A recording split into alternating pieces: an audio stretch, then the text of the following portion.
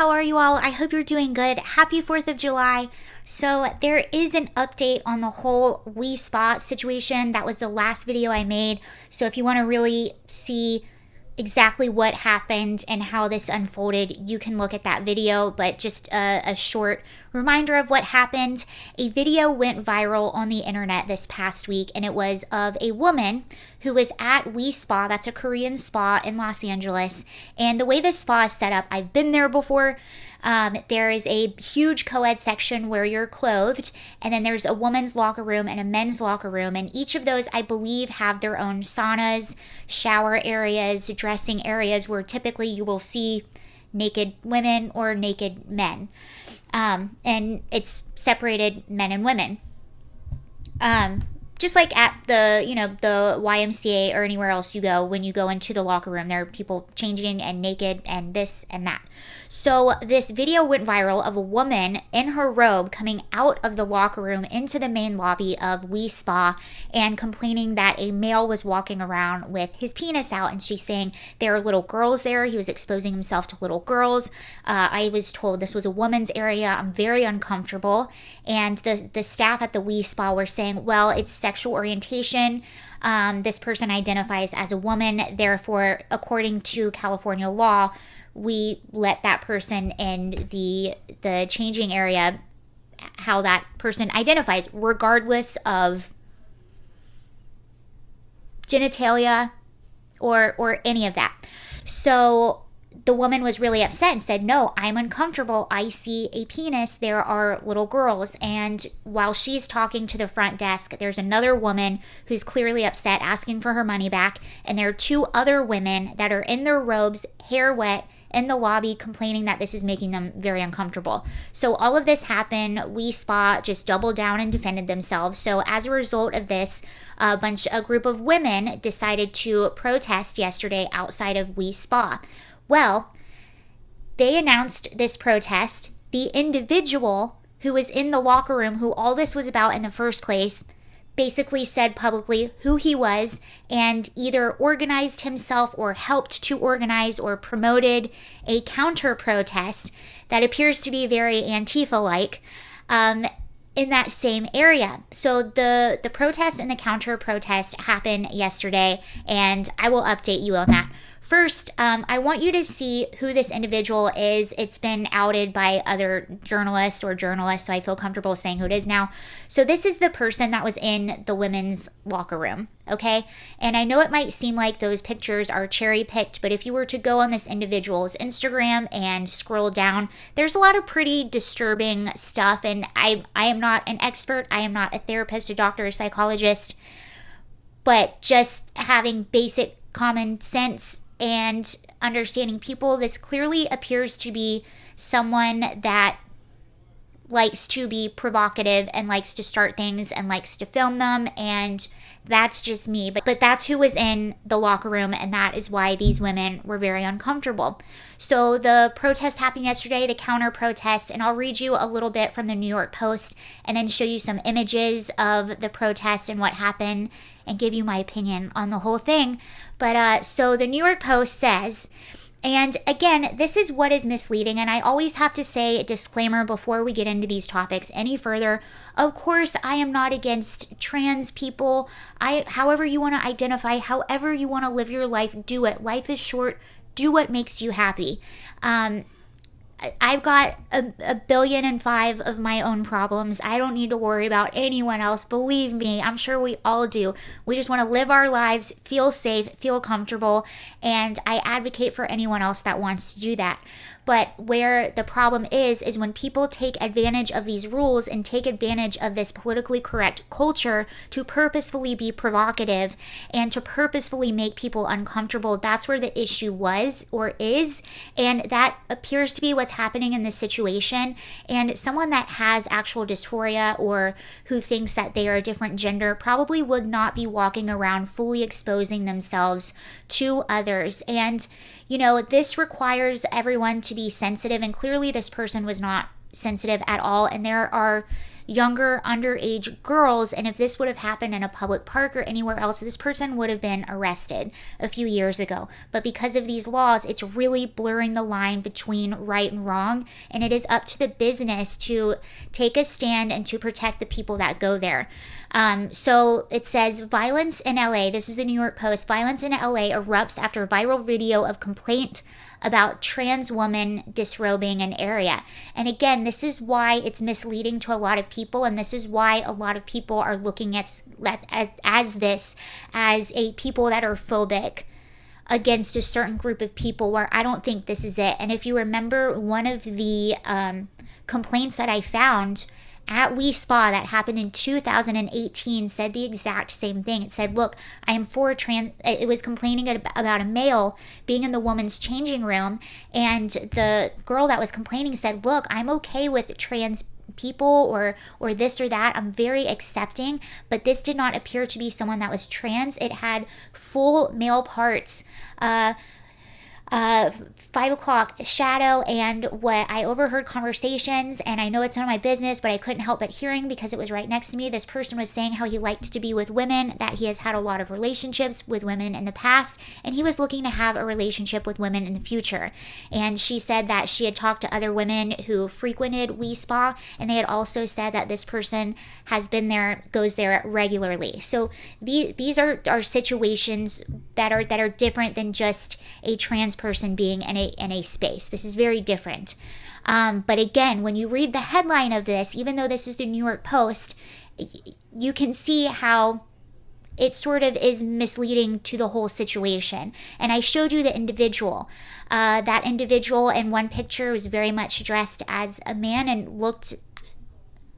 So it really blurs the line, very much so. And if we're not having nuance in conversation, and if we're just labeling everything as phobic, then it is going to further cause people to be uncomfortable, feel unsafe, and be traumatized. And that's the truth of the matter, and that's really what is at the bottom of this story. And your rights stop where mine start. So for one person to feel uncomfortable, for one person to be comfortable, all of these other people had to be uncomfortable. And that's where the question of rights and fairness comes from. And a lot of women, myself before, I've been peeped on before, really traumatizing. Many women have been assaulted and have, sexual trauma or this and that. And these spaces are already vulnerable spaces in the first place, in a place where you are supposed to feel safe. So it says, okay, so it talks about the viral video. We already went through that. Okay, so after the clip went viral, protesters opposed the spa's policy, demonstrated in front of the building on Wilshire Boulevard early Saturday morning, but were quickly met with a counter demonstration holding a no bigotry rally in the LA Times. A demonstrator for trans rights told CBS LA, I think we should let people live their lives and let trans people live their lives and how they want to be. I totally agree with that, but this is a different situation. But the protest soon devolved into violence. The footage from the scene showing trans rights supporters assaulting protesters from the other side, spraying them with an unidentified substance, pushing them, hitting them, and demanding that they leave. Several of the trans rights supporters could be heard cursing at the protesters, saying, "Get the F out." A man wearing a t-shirt that said, "Obey Jesus," was then sprayed with something from a can, according to the station. Moments later, several trans rights supporters grabbed a large sign that said, "God does not make mistakes," from two protesters. Someone then pulled the man in the OK Jesus shirt back, prompting him to shove a woman clad in black, the footage shows. He was then set upon by a group of men who slugged him and struck him in the head with a skateboard. And here's a picture of a dumpster that was set on fire. Maybe the dumpster fire was for the 4th of July. Maybe that was their way of celebrating the 4th of July. The chaos prompted police in riot gear to respond to the scene. Some of the demonstrators also set a dumpster on fire and screamed in the faces of police in tactical gear. Meanwhile, so the spa, while all this is going on, the spa actually did release a statement. And this is the statement that the spa has released. It says, as a spa located in Los Angeles, We Spa complies with California law prohibiting discrimination by a business, including the civil code provision set forth above. Like many other metropolitan areas, Los Angeles contains a transgender population, some who enjoy visiting a spa. We Spa strives to meet the needs of safety in all its customers and does not tolerate harassment or lewd conduct by a customer, regardless of their sex, gender, or other characteristic. Okay, so clearly we don't know exactly what happened in the spa, but it's interesting that they're saying that they do not like lewd comment or lewd conduct, and what these women are saying, what they experienced was lewd to them, and I don't think it had to do with orientation. I just don't. And, you know, if you've ever been to these spas, it's very clear that if you have a different genitalia, like, it's just very inappropriate to be in some of these areas, and there's many things and ways around this. Because of this, Andy No, we've talked about him a lot on this channel, is actually trending on Twitter for posting a lot of footage from the protest riot. And here's some of the images from him. And a lot of people are saying he just cherry picks all of these images. He cherry picks. There were a lot of journalists there on that day, and they all pretty much had the same footage. And you see how, you know, the New York Post reported what happened. So here's an image of a woman in pink being followed and surrounded and attacked. They took her hat off and threw it. They blocked her with a skateboard. You know, just stunning and brave by these Antifa members, activists, whatever you want to call them. And just, I mean, look at this picture. This isn't even, I'm not showing you the video, but you can go on Andy No's Twitter and see this. It was shared a few places. You don't have to just go on his, but that's somebody's wife, that's somebody's mother. And the thing about all of these people, whether or not you agree with them, they were there peacefully protesting. You know, all of the Jesus people were there peacefully protesting. These women were there peacefully protesting.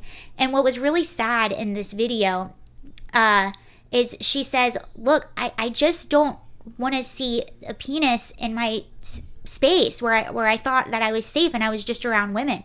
That's literally what she said. And they just continued to follow her, surround her, intimidate her, pull her hat off, block her with a skateboard. Really disturbing. If you want my opinion on just the whole thing, to wrap it all up in a nice little bow, I like I said, I've been to We Spa before, and when or if I'm back in LA, I will continue to go to Korean spas. And, you know, when I go there, I spend money. I pay for my day pass. I get services. I eat at the cafe. I will never be spending my money ever again in We Spa. And I have a feeling that a lot of women feel the exact same way. So I don't think this is very good for them. I don't believe in canceling people. But I believe in the market solution. And if you don't feel like a business has your back, then you shouldn't be spending your money there. And a large clientele that they have are women that go there to feel comfortable and feel luxurious and take care of themselves.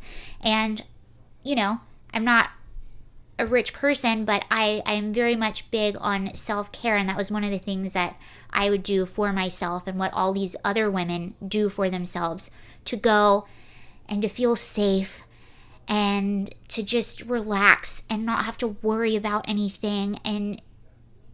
And that's not that place anymore, unfortunately. So that's how I feel. I'm accepting of everyone, no matter what you want to identify as or who you want to be. You could identify as a dinosaur, for all I care. If that makes you happy, do it. Cool. You know, I chose to live in West Hollywood, where we have a very diverse population. Loved it. That's one of the reasons why I chose to live there. But we were going too far, And we are allowing people, I feel, that are taking advantage of these rules to purposefully be provocative. And when you have that situation and when the business isn't having your back, and yes, as a business, you can refuse service to absolutely anyone. The Korean spa that I typically go to, as soon as you walk in, there is a sign that says we can refuse service to anyone for any reason. And I have always appreciated that sign because it is a very vulnerable place where you are naked, you're relaxing, you have your guard down, and you're supposed to feel safe. So I always appreciated that sign. And if someone is acting weird, or if someone is doing weird things, or doing things that are a little bit off, then you shouldn't be allowed in there. They should protect the people that are coming there and the people that frequent, that are spending their own hard-earned money. And every money that I have earned and that I have spent in those places was very hard-earned, trust me. So I think this is a go broke situation. Anyway, thank you guys for watching. I hope you're having a happy 4th. Let me know what you think, and I'll see you later. Bye.